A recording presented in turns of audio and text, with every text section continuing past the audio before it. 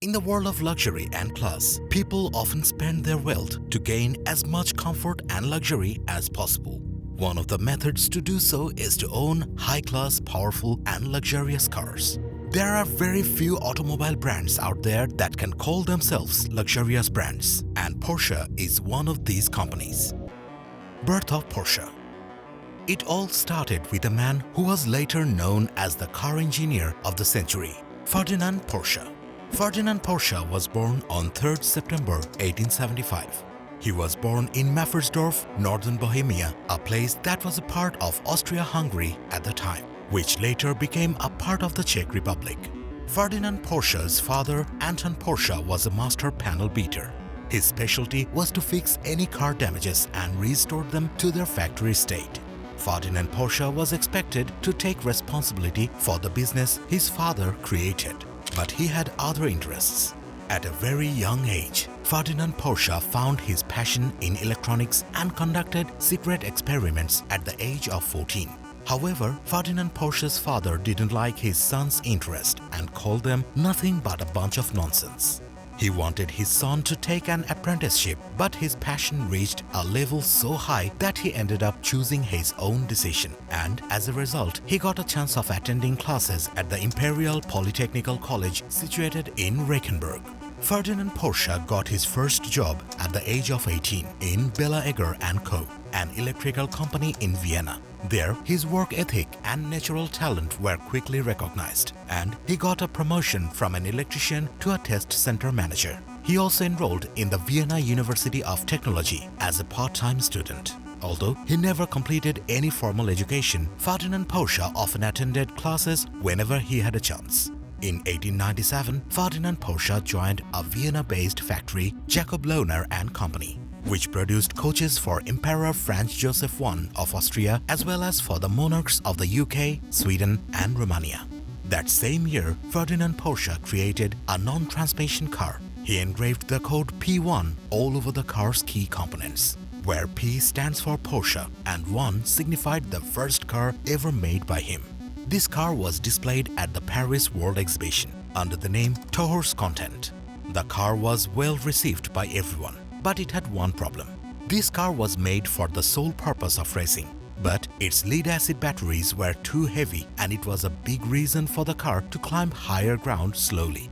The battery was also not powerful enough and the battery life was poor. Ferdinand Porsche noted these problems and created the Lohner Porsche Mixed Hybrid in 1901.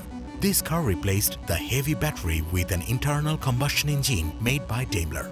This car was achieved 56 km/h, which was enough to break many Austrian speed records. That same year, Lohner Porsche won the Exelberg Rally. Later, this car was upgraded with more powerful engines made by Daimler and Panhard, which made the car faster than before.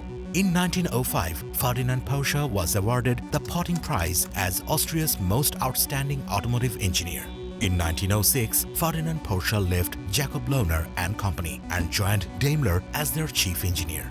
There, he worked for 23 years, was promoted to managing director in 1916 and received an honorary doctorate from the Vienna University of Technology the same year and another from Stuttgart Technical University in 1924. During Ferdinand Porsche's time in Daimler, he designed many successful race cars and dominated this sector for a long time. But in 1926, a merger between Daimler and Benz created tension between the company and Ferdinand Porsche himself. The newly founded company Daimler-Benz wasn't interested in Porsche's ideas for lightweight cars. Ferdinand Porsche felt like a left-out and finally decided to leave the company in 1929. Then he joined Steyr Automobile and created the 37 by 100 HP Austria. However, the Great Depression arrived and Ferdinand Porsche found himself completely left out from the Steyr Automobile as well. After working as an automobile engineer for so long, Ferdinand Porsche finally decided it was time for him to start a completely new journey with a company that will be his. As a result, Ferdinand Porsche returned to Stuttgart and started his automobile design office named Dr. ING HCF Porsche GmbH. Porsche during war. After opening an independent car design consultancy firm Because of Ferdinand Porsche's experience in the field, the company started to get good business. And most of these businesses were from Germany at the time. And companies like Jundup and Wanderer were becoming Ferdinand Porsche's clients. In 1934, Ferdinand Porsche's company received an order directly from the German government. At the time, cars were considered to be luxury product in Germany. Many people couldn't afford them, and very few could afford a motorcycle. Out of 50 Germans, only one had the funding for owning a car. The German government wanted to change that.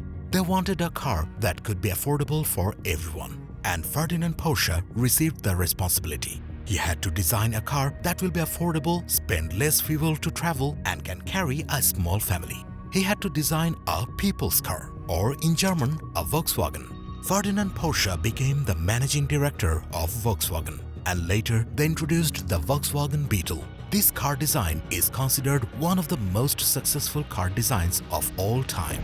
During World War II, Volkswagen converted its automobile operation to the German military force. They produced Kugelwagen and the most produced amphibious car in history, Schwimmwagen. Ferdinand Porsche's company also wanted to make their entry into the military automobile sector by designing heavy tank models. But their bids were lost against Henschel and Sons. So their tank design didn't see the light. But it wasn't a complete bust, because later some of the designs were reused in different projects like the Elephant Tank Destroyer. Post-war Porsche and its revival. After the war ended in 1945, a British Army Major, Ivan Hurst, took over Volkswagen. Later that year, Ferdinand Porsche was arrested for war crimes and spent 22 months in several prisons. During his imprisonment, Ferdinand Porsche's son, Ferry Porsche, ran the company.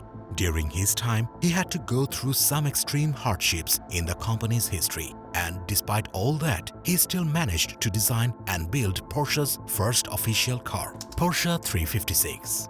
Even though this car used components from Volkswagen Beetle, it was safe to say that this car was unique in its domain. Later during the production, Porsche replaced Volkswagen parts with their parts. This car brought Porsche the success it needed. From 1948 to 1964, Porsche brought 3 models of Porsche 356, A, B and C into the market. But it was a long time for the company to continue one car over a decade. So in September 1964, Porsche launched their rear-engine sports car, the Porsche 911. This car brought more popularity for Porsche in the automobile industry. It was one of the most successful competition cars in the mid-1970s, winning races like Targa Florio and the 24 Hours of Daytona. The Porsche 911 is considered one of the best cars ever made in the automobile industry. In a 1999 poll to determine the car of the century, the Porsche 911 was 5th. Volkswagen Beetle, which was designed by Porsche, came 4th on this list. That same year, Ferdinand Porsche received the title the Car Engineer of the Century. Porsche today. Today, Porsche is owned by AG Volkswagen. Porsche has almost 90 different vehicle models. In the first 3 months of 2022, the company increased both its sale revenue and its operation profit compared to the first quarter of the previous year. Sales revenue grew from 7.73 to 8.04 billion euros and operating profit from 1.26 to 1.47 billion euros. Today, Porsche is also known as one of the most reliable automobile companies in the world. When it comes to a luxury sports car, Porsche always bring forth innovation and comfort. With a rich and eventful history to learn from, Porsche is going forward as an automobile company that will reign for a long time.